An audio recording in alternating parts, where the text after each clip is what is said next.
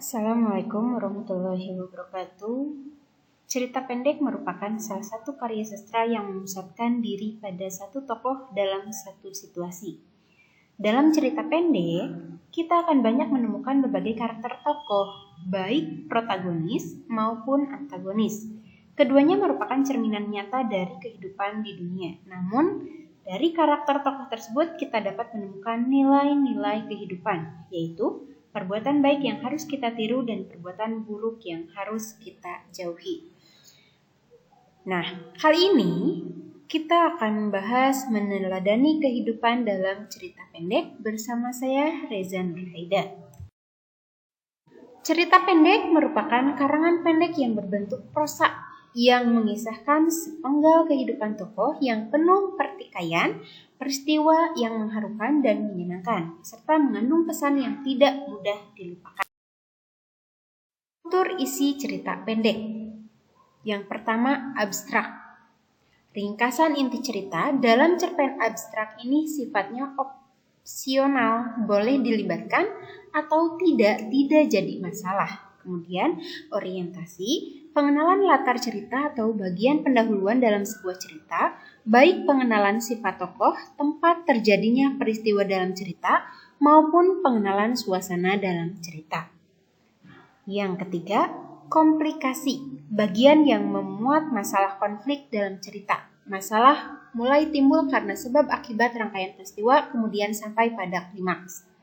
Keempat, evaluasi, menurunkan masalah yaitu struktur konflik yang terjadi yang mengarah pada klimaks, mulai mendapatkan penyelesaian dari konflik tersebut. Yang kelima, resolusi, penyelesaian masalah yaitu struktur teks yang mengungkapkan solusi yang dialami tokoh atau pelaku. Koda, pelajaran yang bisa dipetik dari cerita oleh si pembaca. Koda ini sifatnya opsional, boleh dilibatkan ataupun tidak. Ciri-ciri cerita pendek. Panjang karangan lebih kurang 3-10 halaman, kurang dari 10.000 kata. Ceritanya singkat, pendek, padat, dan berarti dan lebih pendek daripada novel. Ceritanya fiktif dan rekaan. Penggunaan kata-kata sangat ekonomis, habis dibaca sekali duduk, penokohannya sangat sederhana, singkat dan tidak mendalam, sumber cerita dari kehidupan sehari-hari, mengangkat masalah tunggal kehidupan pelaku, tokoh-tokohnya mengalami konflik sampai pada penyelesaian, penggunaan kata-kata khas dan mudah dikenal masyarakat, meningkatkan kesan mendalam dan efek terhadap perasaan pembaca. Menceritakan satu kejadian dari terjadinya perkembangan jiwa dan krisis. Beralur tunggal dan lurus. Nilai kehidupan dalam cerpen. Agama, budaya, sosial, dan moral. Nilai kehidupan cerpen agama, yaitu nilai yang berkaitan dengan agama. Nilai kehidupan budaya, yaitu nilai yang berkaitan dengan adat istiadat. Nilai kehidupan sosial, yaitu nilai yang berkaitan dengan norma yang berada di dalam masyarakat. Dan nilai kehidupan moral, yaitu nilai yang berkaitan dengan akhlak, budi pekerti atau susila atau baik buruk tingkah laku. Unsur-unsur pembangun cerita pendek. Ada tema, amanat, alur atau plot, penokohan, latar, sudut pandang, dan gaya bahasa. Tema.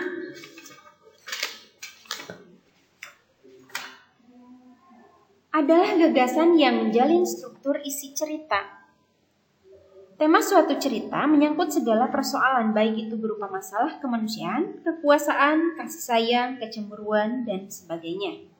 Kemudian yang kedua, amanat. Amanat merupakan ajaran atau pesan yang hendak disampaikan pengarang. Amanat dalam cerpen umumnya bersifat tersirat. Kemudian alur dan plot. Nah, alur merupakan pola pengembangan cerita yang terbentuk oleh hubungan sebab akibat ataupun bersifat kronologis. Kemudian, penokohan merupakan cara pengarang menggambarkan dan mengembangkan karakter tokoh-tokoh dalam cerita. Selanjutnya, latar atau setting meliputi tempat, waktu, dan budaya yang digunakan dalam suatu cerita. Latar dalam suatu cerita bisa bersifat faktual atau bisa pula yang imajinatif. Yang terakhir, sudut pandang dan gaya bahasa. Gaya bahasa dalam cerita, penggunaan bahasa berfungsi untuk menciptakan suatu nada atau suasana persuasif, serta merumuskan dialog yang mampu memperlihatkan hubungan dan interaksi antara sesama tokoh.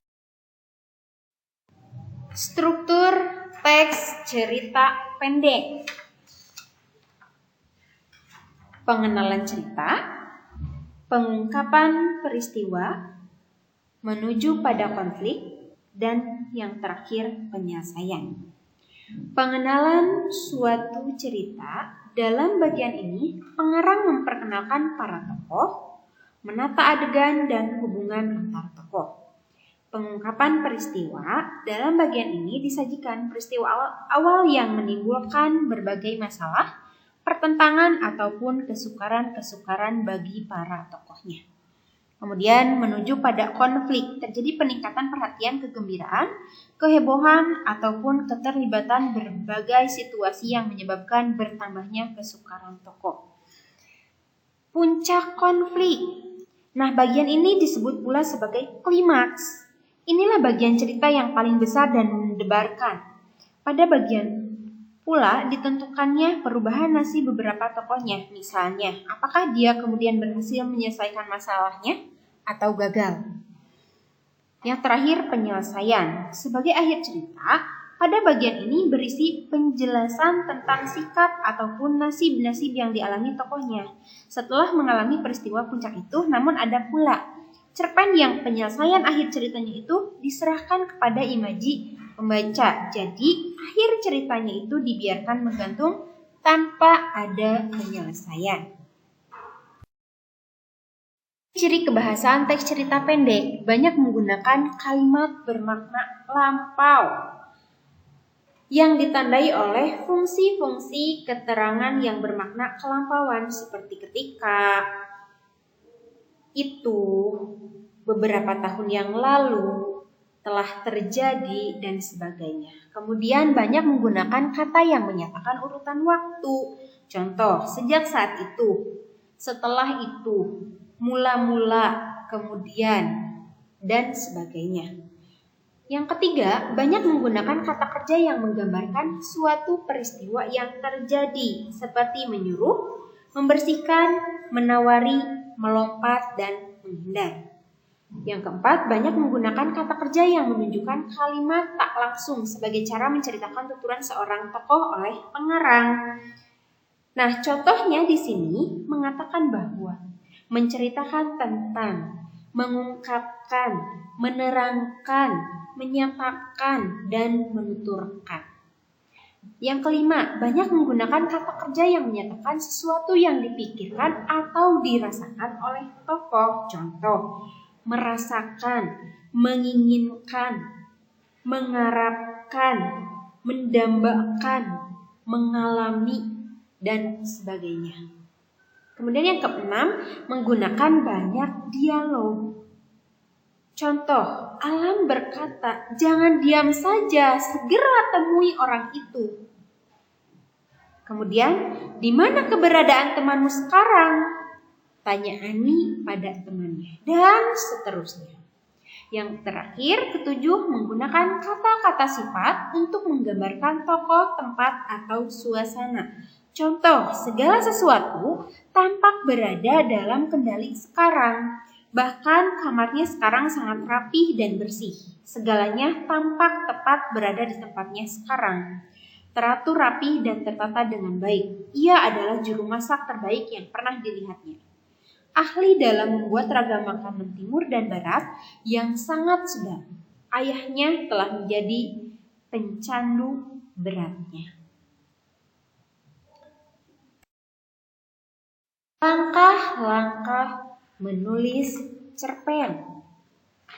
Observasi dan menentukan tema, menentukan latar tokoh, sudut pandang dan konflik, menyusun peristiwa dan memilih kata-kata.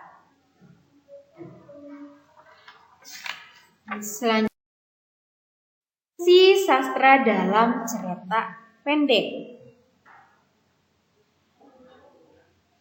Fungsi estetis, fungsi moralitas, fungsi religiusitas, fungsi rekreatif, dan fungsi didaktif. Fungsi rekreatif memberikan rasa senang, gembira, serta menghibur para pembacanya. Fungsi didaktif mengarahkan dan mendidik para pembacanya karena nilai-nilai kebenaran dan kebaikannya yang ada di dalamnya. Fungsi estetis memberikan keindahan bagi para pembacanya.